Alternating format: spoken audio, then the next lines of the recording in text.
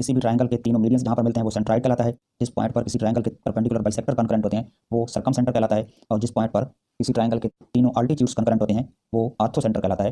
तो किसी भी ट्रायंगल में ये जो तीनों सेंटर हैं, आर्थोसेंटर, सर्कमसेंटर और सेंट्राइड, ये हमेशा एक स्ट्रेट लाइन में होते हैं। यानी इन तीनों सेंटर्स को आपस में मिलाया जाए तो एक स्ट्रेट लाइन बनती है, और ये जो लाइन बनती है ये कहलाती है यूलर्स लाइन। ट्रायंगल कैसी भी हो, चाहे वो एक्यूट एंगल ट्रायंगल हो, अब भी ये तीनों सेंटर एक लाइन बनाते हैं। अगर ट्रायंगल राइट एंगल ट्रायंगल हो तो फिर भी ये तीनों सेंटर्स एक स्ट्रेट लाइन बनाते हैं, और चाहे ऑब्ट्यूज एंगल ट्रायंगल हो फिर भी ये तीनों सेंटर्स, आर्थोसेंटर, सर्कमसेंटर और सेंट्राइड, एक स्ट्रेट लाइन में ही रहते हैं, और इस लाइन को यूलर्स लाइन कहते हैं। बिस्मिल्लाहिर्रहमानिर्रहीम। अस्सलामु अलैकुम डियर स्टूडेंट्स। 9th की मैथ का चैप्टर नंबर 17, एक्सरसाइज है 17.2 और इसका क्वेश्चन नंबर 4। क्वेश्चन की स्टेटमेंट है, construct the following triangles X Y Z, draw their 3 medians and show that they are concurrent. इस क्वेश्चन के 3 पार्ट्स हैं, उनमें से पहला पार्ट सॉल्व करते हैं। इसमें जो डेटा दिया गया है उसकी मदद से पहले ट्रायंगल कंस्ट्रक्ट करनी है और फिर उस ट्रायंगल के तीनों मीडियंस ड्रा करने हैं, और ये शो करना है कि ये मीडियंस कनकरेंट हैं। इसमें जो डेटा दिया गया है उसमें एक साइड की लेंथ है, वाई जेड साइड की लेंथ बताई गई है 4.1 सेंटीमीटर। मेजरमेंट एंगल वाई है 60 डिग्री का और मेजरमेंट एंगल एक्स है 75 डिग्री का। तो हम पहले साइड ड्रा कर लेते हैं वाई जेड, जिसकी लेंथ है 4.1 सेंटीमीटर। इस तरह स्केल के ज़रिए 4.1 सेंटीमीटर की एक लाइन सेगमेंट ड्रा कर लेते हैं। 0 से स्टार्ट करके 4 और 4 के आगे फिर एक छोटी लाइन को भी शामिल कर लें, तो ये साइड हो गई 4.1 सेंटीमीटर। इसकी ये वाली साइड y है और ये वाला पॉइंट है z, और इसकी लेंथ है 4.1 सेंटीमीटर, तो इसकी लेंथ भी लिख देते हैं 4.1 सेंटीमीटर। अब हमने 2 एंगल्स ड्रा करने हैं। पॉइंट y पर एंगल ड्रा करना है 60 डिग्री का, और दूसरा एंगल उसने हमें बताया 75 डिग्री का पॉइंट x पर। तो पहले हम y पॉइंट पे 60 डिग्री का एंगल ड्रा कर लेते हैं। इसके लिए कंपास को थोड़ा सा खोल लें,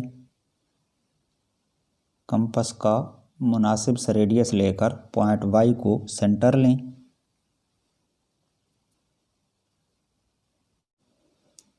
इस तरह से पॉइंट y को सेंटर लेते हुए एक आर्क लगाएंगे जो वाई जेड को इंटरसेक्ट करेगी।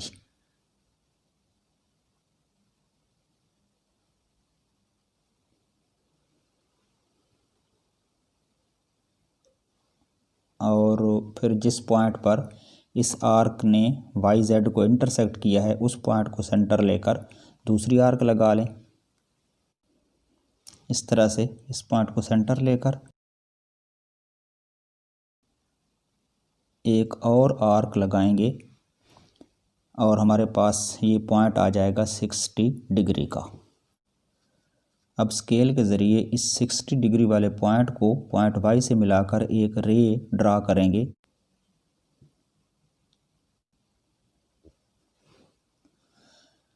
इस तरह से 60 डिग्री वाला पॉइंट और y पॉइंट, इनको मिलाते हुए एक रे ड्रा कर लें।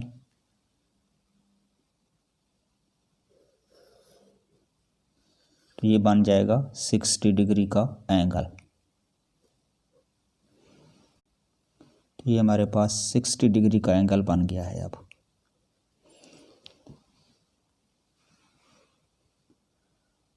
अब दूसरा एंगल उसने हमें बताया है 75 डिग्री का। अब बच्चे यहाँ पर गलती करते हैं, वो ये समझते हैं कि एक साइड पे हमने 60 डिग्री का एंगल बना लिया है तो इस लाइन सेगमेंट के जो दूसरा पॉइंट है उस पे वो 75 डिग्री का एंगल बना देते हैं।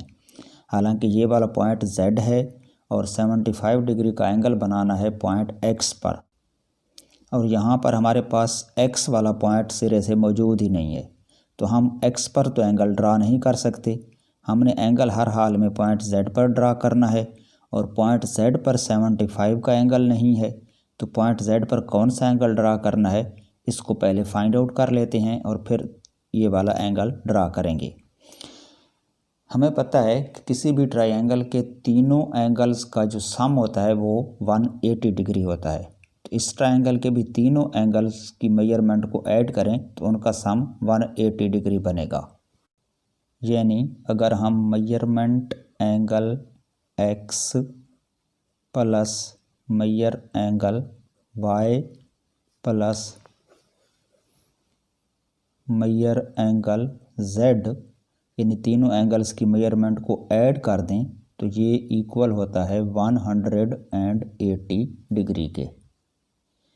अब इनमें वैल्यूज़ पुट कर देते हैं।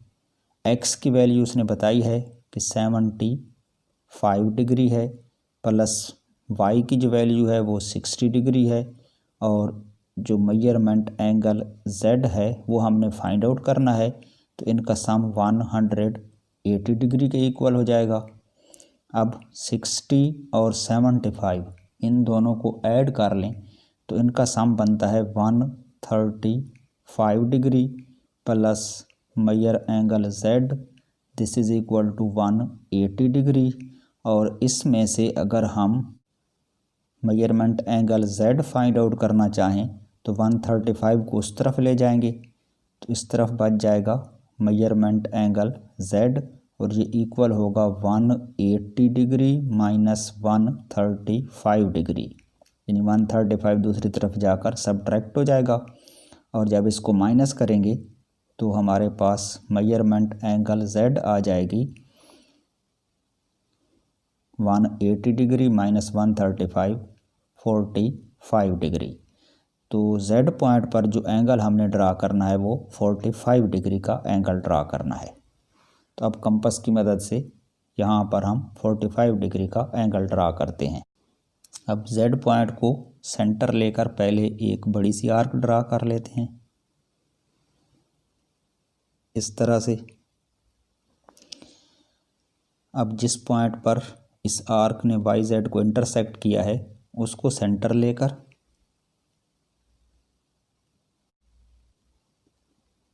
इस पॉइंट को सेंटर लेकर पहली आर्क लगाएंगे तो ये आ जाएगा 60 डिग्री का पॉइंट, और फिर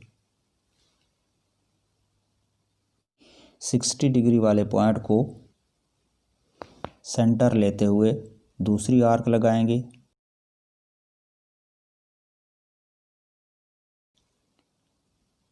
तो ये हमारे पास 120 डिग्री का पॉइंट आ जाएगा।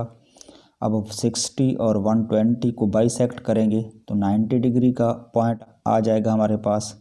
अब 90 डिग्री का एंगल बनाने के लिए हम 60 डिग्री वाले पॉइंट को सेंटर लेते हुए ऊपर एक आर्क लगाएंगे इस तरह से, और दूसरी आर्क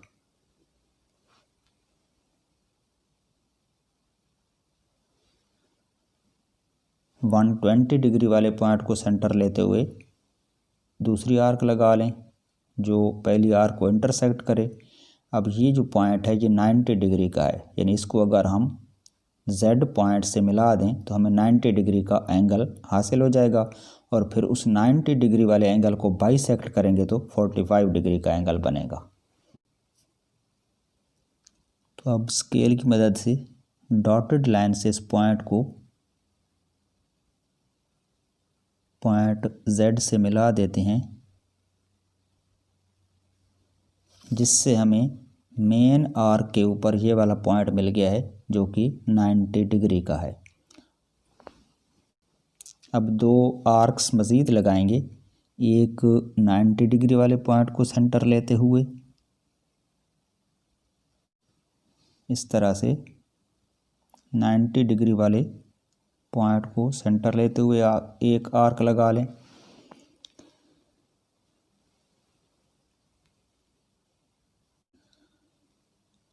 और दूसरी आर्क स्टार्टिंग पॉइंट को सेंटर लेकर, यानी जहाँ पर मेन आर्क ने YZ को इंटरसेक्ट किया था उस पॉइंट को सेंटर लेते हुए दूसरी आर्क लगाएं। तो अब ये दोनों आर्क्स जिस पॉइंट पर एक दूसरे को इंटरसेक्ट कर रही हैं, ये वाला पॉइंट 45 डिग्री का है, यानी इसको अगर हम Z से मिला देंगे तो हमें 45 डिग्री का एंगल हासिल होगा।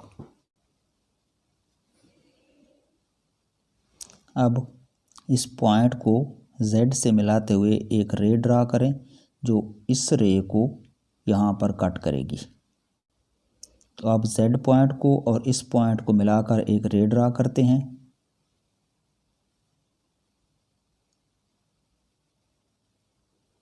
इस तरह से एक रे ड्रा कर लेते हैं।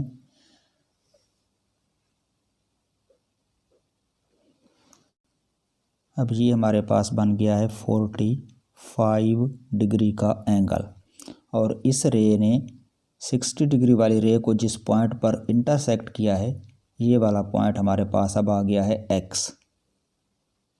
तो XYZ ट्रायंगल कंप्लीट हो गई है। अब X पॉइंट पे ये जो एंगल है इसको अगर मेजर करें तो ये 75 डिग्री का होगा। अब हमने इस ट्रायंगल के मीडियंस ड्रा करने हैं। मीडियन दरअसल एक ऐसी लाइन होती है जो किसी भी वर्टेक्स को सामने वाली जो साइड है ट्रायंगल की उसके मिड पॉइंट से मिला दे। यानी इस ट्रायंगल की अगर साइड XZ लें और इसका मिड पॉइंट किसी तरह से फाइंड आउट कर लें और उस मिड पॉइंट को Y वर्टेक्स से मिला दें तो ये जो लाइन सेगमेंट होगा ये मीडियन होगा। इसी तरह Z को मिला दें XY के मिड पॉइंट से तो दूसरा मीडियन बन जाएगा, और X को मिलाना है YZ के मिड पॉइंट से तो ये हमारे पास तीसरा मीडियन होगा। तो इन तीनों मीडियंस को ड्रा करने के लिए अब हमें ज़रूरत है ट्रायंगल की तीनों साइडों के मिड पॉइंट फाइंड आउट करने की।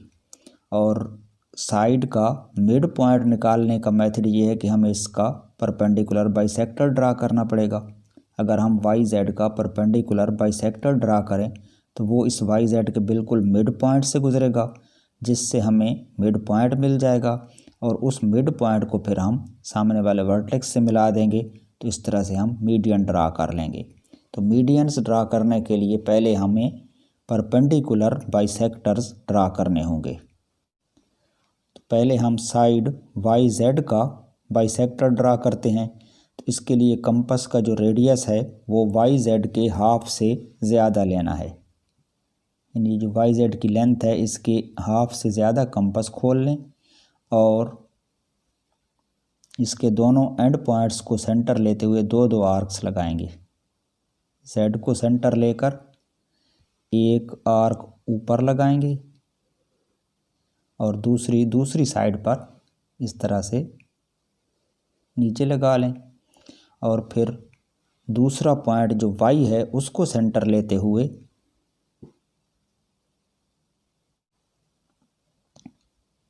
दो आर्क्स मज़ीद लगाएंगे, एक ऊपर जो प्रीवियस आर्क को कट करेगी और दूसरी नीचे लगाएंगे, ये भी प्रीवियस आर्क को इंटरसेक्ट करेगी। अब जिन पॉइंट्स पर ये आर्क्स और ये आर्क्स आपस में एक दूसरे को इंटरसेक्ट कर रही हैं, तो इन दोनों पॉइंट्स को आपस में मिला देंगे तो हमें YZ का परपेंडिकुलर बाइसेक्टर हासिल हो जाएगा। तो अब इनको हम डॉटेड लाइन से मिलाते हैं। इस तरह से स्केल के ज़रिए इस पॉइंट को और इस पॉइंट को डॉटेड लाइंस लगाकर मिला लेते हैं।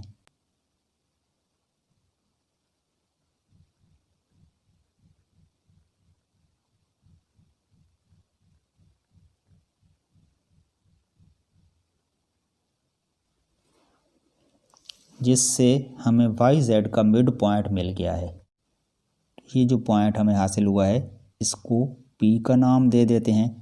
तो अब अगर इस P पॉइंट को सामने वाले वर्टेक्स X से मिला दें तो ये हमारा पहला मीडियन बन जाएगा।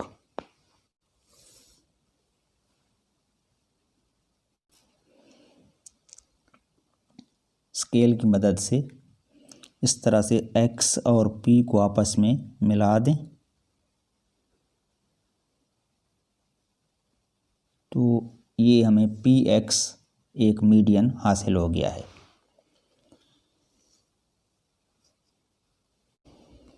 अब दूसरी साइड ले लेते हैं एक्स जेड, ये वाली साइड। तो इसके भी हाफ से ज़्यादा कंपास खोल लें इस तरह से, और दो आर्क्स लगाएंगे। एक जेड को पॉइंट लेते हुए इस तरफ एक आर्क लगाएंगे और दूसरी इसकी दूसरी साइड पे, और दूसरी बार हमने एक्स पॉइंट को सेंटर लेकर दो मज़ीद आर्क्स लगानी है। तो एक्स को सेंटर लेते हुए एक आर्क इस तरफ लगाएंगे जो प्रीवियस आर्क को इंटरसेक्ट करेगी, और दूसरी आर्क इसकी दूसरी साइड पे लगाएंगे इस तरफ,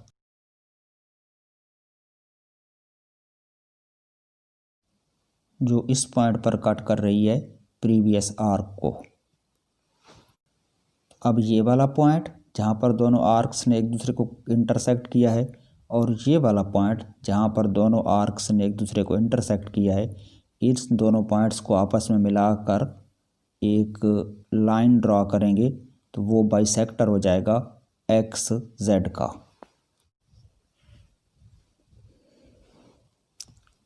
तो इस तरह से स्केल के ज़रिए इन दोनों पॉइंट्स को भी मिला दें, डॉटेड लाइन से मिलाना है।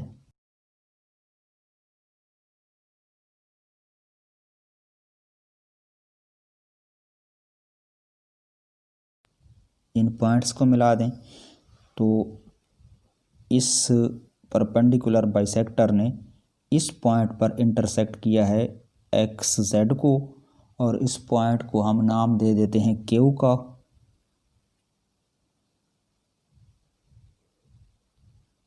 अब क्यू जो है वो एक्स जेड का मिड पॉइंट है। अगर इस मिड पॉइंट क्यू को सामने वाले वर्टेक्स वाई से मिला दें तो ये हमारे पास दूसरा मीडियन आ जाएगा।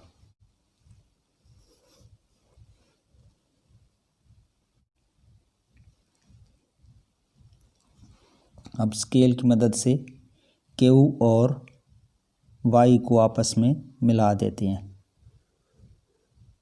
तो ये बन गया है दूसरा मीडियन क्यू वाई। अब तीसरे मीडियन के लिए हम तीसरी साइड एक्स जेड का बाइसेक्टर लेते हैं। तो इसके लिए भी कंपास को इसके हाफ से ज़्यादा खोल लें, और इसके जो दोनों एंड पॉइंट्स हैं एक्स और वाई, उनको सेंटर लेते हुए दोनों साइड्स पर दो दो आर्क्स लगाएंगे। एक्स को सेंटर लेकर एक आर्क इस तरफ लगा लेते हैं, और दूसरी आर्क दूसरी साइड पर दूसरी आर्क लगा लेते हैं। फिर उतने ही रेडियस की मज़ीद दो आर्क्स लगाएंगे वाई को सेंटर लेकर।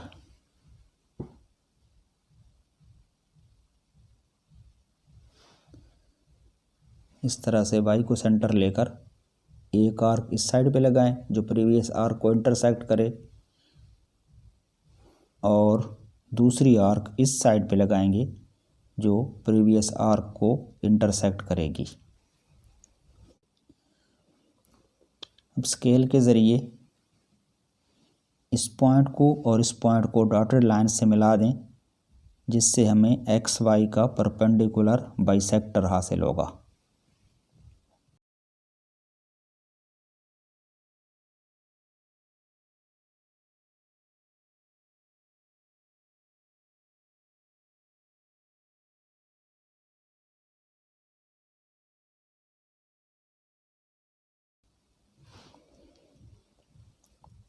इस बाइसेक्टर ने एक्स वाई को इस पॉइंट पे इंटरसेक्ट किया है, और इसका हम नाम रख देते हैं आर। तो ये जो आर पॉइंट है ये अब एक्स वाई का मिड पॉइंट है। इसको सामने वाले वर्टेक्स जेड से मिला देंगे तो ये तीसरा मीडियन बन जाएगा।